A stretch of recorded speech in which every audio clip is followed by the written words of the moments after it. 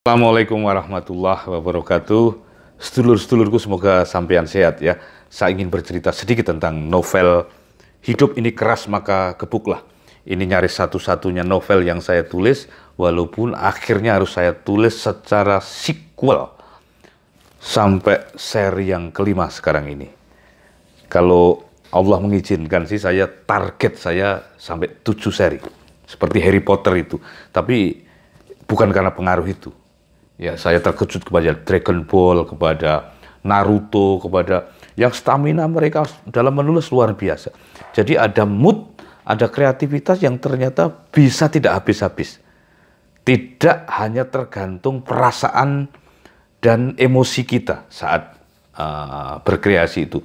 Tetapi ada semacam rekayasa, engineering, dan manajemen, bahwa dengan manajemen itu sebuah kreativitas jauh lebih panjang skalanya.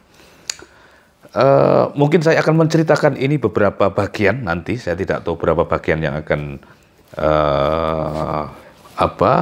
saya artikulasikan sehubungan novel Hidup Ini Keras Maka Gebuklah, yakni serial Ipung itu. Ini anak muda yang saya sangat ingin remaja di Indonesia itu menjadi seperti dia dalam beberapa ukuran ya. Tentu stereotyping begini ini tidak sesederhana itu memang, tetapi kita boleh memberi panduan-panduan dan menginginkan sebuah keadaan seperti yang kita idealkan. Itulah pentingnya kita menulis sastra. Ada cuplikan adegan yang saya sendiri sangat berbahagia ketika saya diberi ilham oleh Allah itu menuliskan adegan itu. Jadi kalau Anda menulis dan Anda mencintai adegan yang Anda kreasikan sendiri atas ilham dari Tuhan itu, berbahagialah. Itulah yang disebut anugerah. Adegan kecil saja, yakni ketika Pauline, pacar Ipung ini punya 3 pacar yang sangat saya sulit memihak kepada siapa nanti cinta terakhirnya akan dijatuhkan, dan ini belum ada keputusan-keputusan di dalam skenario otak saya. Tetapi yang paling dicintai oleh khalayak pembaca Ipung selain Ayunda dan juga Surtini adalah Pauline ini. Pauline ini sedang bete, seperti bete-nya anak muda biasa. Tentu percintaannya yang paling menyita kesibukan emosinya ya.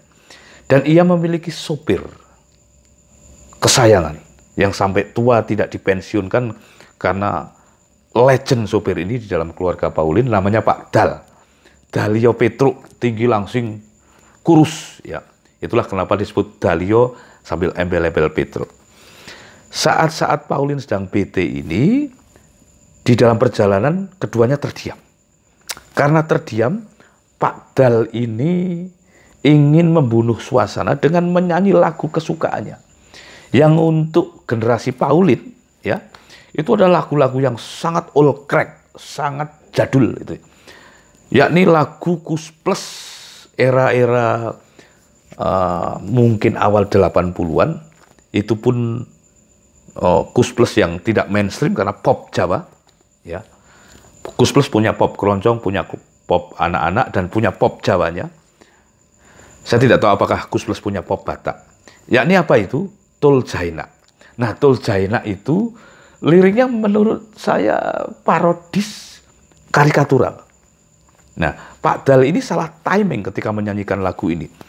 Sebagai seorang driver, ia sering membunuh waktu, menunggu yang membosankan itu.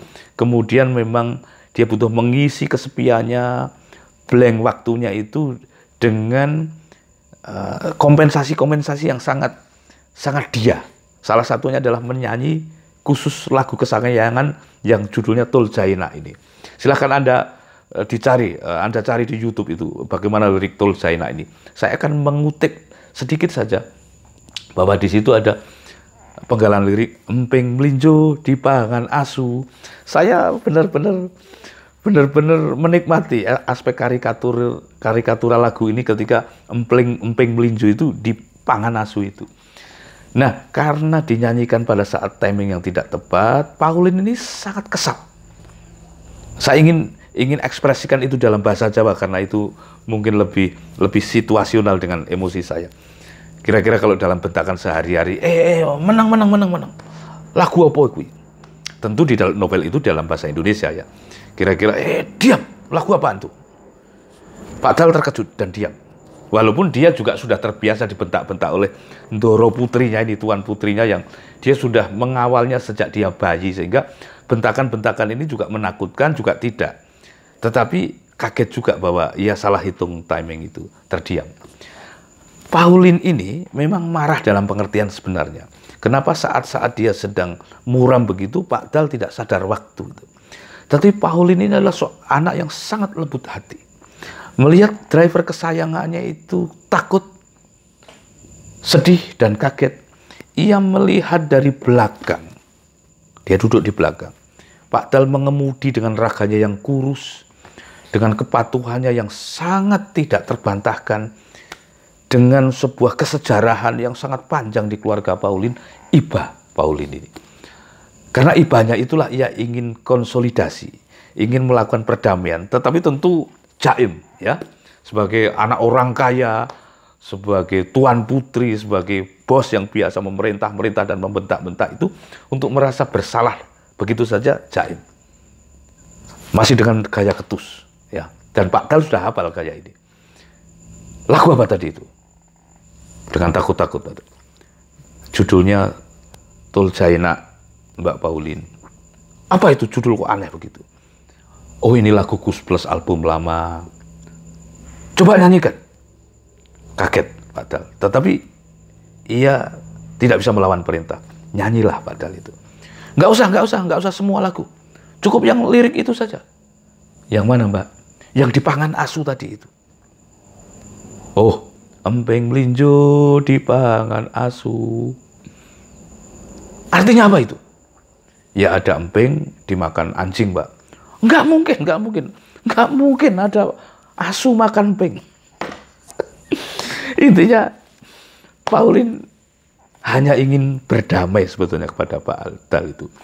Tetapi ia juga sangat tidak bisa mengelak dari kegelian, dari perasaan berhumor yang ditimbulkan oleh lagu ini, karena lagu ini memiliki aspek efek-efek bahagia dan karikatural itu. Saya tidak bisa mensuasanakan secara sangat akurat dan sangat persis bahkan tulisan saya sendiri, tapi saya bahagia kepada suasana penggalan-penggalan bagaimana saya mendapat ide adegan itu. Ini benar-benar anugerah. Itu di dalam sastra penjelasannya panjang. Jadi itulah sublimasi emosi itu.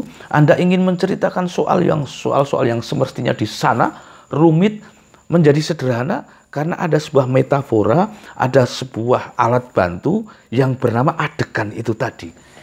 Sayang video ini tidak bisa panjang karena kalau panjang saya khawatir Anda bosan. Tapi di dalam ilmu sastra itu namanya sampiran, sandaran. Anda ingin menyandarkan kelelahan-kelelahan Anda bersandar di bahu mungkin suami Anda atau pasangan Anda atau orang-orang yang Anda cintai. Anda ingin lepas dari keadaan-keadaan yang tertekan, Anda butuh jembatan. Nah, adegan tadi itu adalah jembatan untuk melakukan pelepasan-pelepasan emosi dari sebuah tekanan-tekanan kejiwaan yang berat. Ada banyak aspek di buku ini, ya. Ini ada banyak quote yang saya sendiri terkejut-kejut ketika itu di-quote oleh banyak pihak, banyak teman-teman yang memunguti quote-quote itu sebagai sebuah sentuhan-sentuhan batin antara buku ini dan pembacanya. Ya, hidup ini keras maka gebuklah. Ini gabungan dari Ipung 1, 2, 3. Semoga bermanfaat. Wabillahi taufiq wal hidayah. Assalamualaikum warahmatullahi wabarakatuh.